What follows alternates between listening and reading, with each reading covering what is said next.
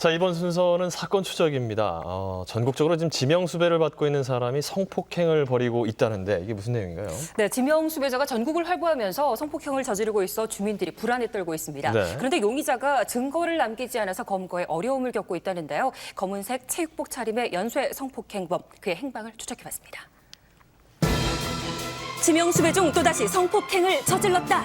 머리통에 자꾸 줄을 긋고 하면서 잡아 끄고서 악소리도 못했어요. 흉기는 안 들었는데 많이 맞아. 중년 여성을 노리며 전국을 활보하고 있는 연쇄 성폭행 용의자. 지금 공개 수배합니다. 새벽 6시경 한 남자가 유유히 건물 안으로 들어갑니다.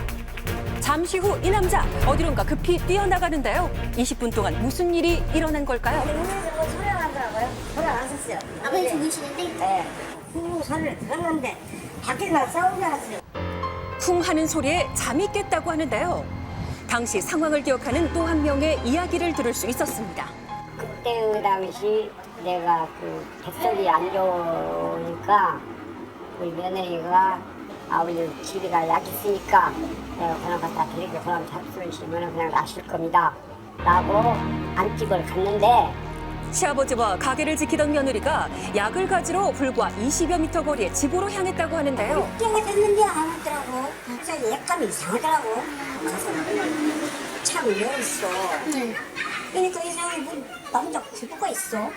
이상한 생각에 현관문을 열자 수상하게 보이는 남자 구두를 발견했다는데요. 그리고 그 순간 튀어나오고 그 뒤에 따라서 며느리는 눈에 두드러 맞아가지고 어머니 그냥 눈이 펄떡 그냥 부어버리고 이래가지고 다가 아버님 보고 쫓아나오더라고. 멀쩡했던 며느리가 시퍼렇게 멍이 들 만큼 심한 폭행을 당한 겁니다. 그런데 안경, 팬티, 가스구두 이런 것들이 다 그냥 놔두고 도망하고. 속옷을 입지 않고 하의를 벗은 채 뛰어가는 용의자. 단순 폭행만 저지른 것이 아니었다고 하는데요. 밥을 끄고 와서 어떤 짓거리를 하려고. 근데 성폭행을 해버렸으면 그럴 수가 있는데 다행히도 이 미수에 그쳤기 때문에 성폭행을 시도하다 도주한 용의자. K 여성은 큰 충격을 받았습니다. 놀랬죠. 그냥 가갖고 하도 기가 막혀 이제 며느리가 기가 막혀 이제 죽을지게 이제 사건 발생 이후 마을 주민들은 불안에 떨고 있었는데요. 경찰이 CCTV 확인을 위해 인근 가게를 찾았다고 합니다. 무슨 일이세요? 본격으로는 그 며느님을 그렇게 하려고 했다 하더라고. 그래서 내 애감에도 그 남자 아닌가 그랬어. 그랬더니 그 남자였대. 그 순간 소름이 끼쳤다고 하는데요. 이게 맞다고 그러는 거야. 근데 그 남자가 처음에는 나를 그렇게 하려고 그랬었어. 그랬는데 방에서 우리 아저씨가 있으니까 욕하고 그냥 간 거였어. 용의자는 이 가게에서 불과 200m 정도 떨어진 곳에서 성폭행을 저지르려다 발각된 것이었습니다. 그렇다면 현재 수사는 어떻게 진행되고 있을까요? 담당 수사관을 만나봤습니다. 아침 시간대에 발생한 사건인데 네. 이 일반 주택에 침입해서 어떤 성폭행에 심정이 상당히 가죠. 주변 다른 사람한테 발각이 돼서 소리치고 도주한 그런 사건이에요. 심한 폭행을 한 뒤 성폭행을 한 용의자는 결국 도주했는데요. 그리고 사건 발생 약 2개월 후인 지난 7월 경기도 파주에서 또다시 성폭행 사건이 발생했습니다. 그 집에 들어왔대요. 들어와가지고 그래가지고 난리나 경찰들이 왔다가 갔다던데. 어렵게 피해 여성을 만날 수 있었는데요. 악소리도 못했어요. 흉기는 안 들었는데 많이 맞아. 밤 11시경 한 남자가 혼자 사는 50대 여성의 집에 침입해 폭행한 후 성폭행을 저질렀다고 하는데요. 가해자가 창문을 닫는 소리가 끽 소리에 잠이 깨셨대요. 옷을 벗은 채로 광문 옆에 서 있었다고 그러시더라고요. 그리고는 들어와서 이제 이분을 폭행을 하고 먼저 때리고 이제 강간을 하신 거죠. 놀랍게도 성폭행을 저지른 이 남자는 바로 2개월 전 도주한 그 용의자입니다.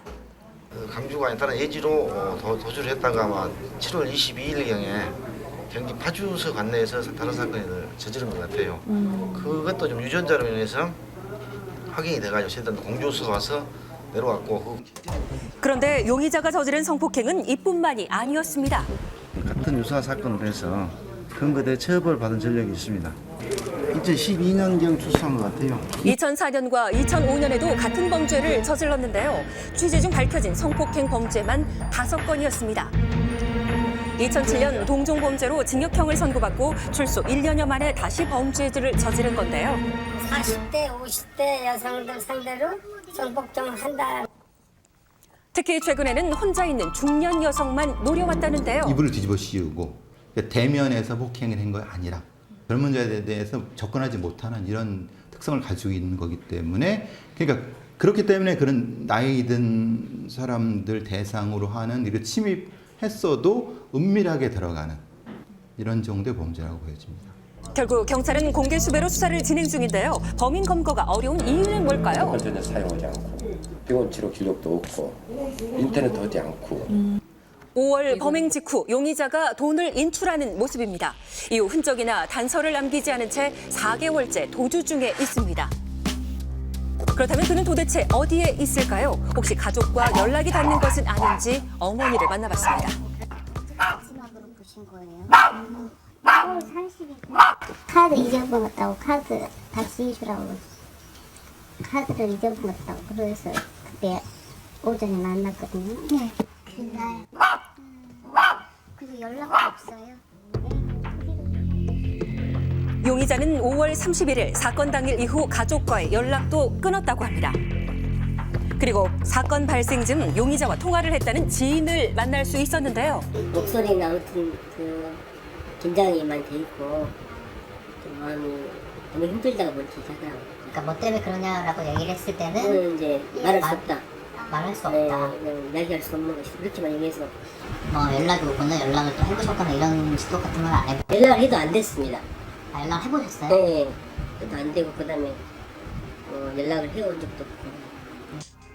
지인에게 힘들다는 이야기를 남긴 채 용의자는 종적을 감췄는데요. 돌연 경기도 파주에 나타나 다시 범죄를 저질렀습니다. 용의자는 지금 어디에 있는 걸까요? 아직도 서울 근교에 있을 겁니다. 파주, 의정부 이렇게.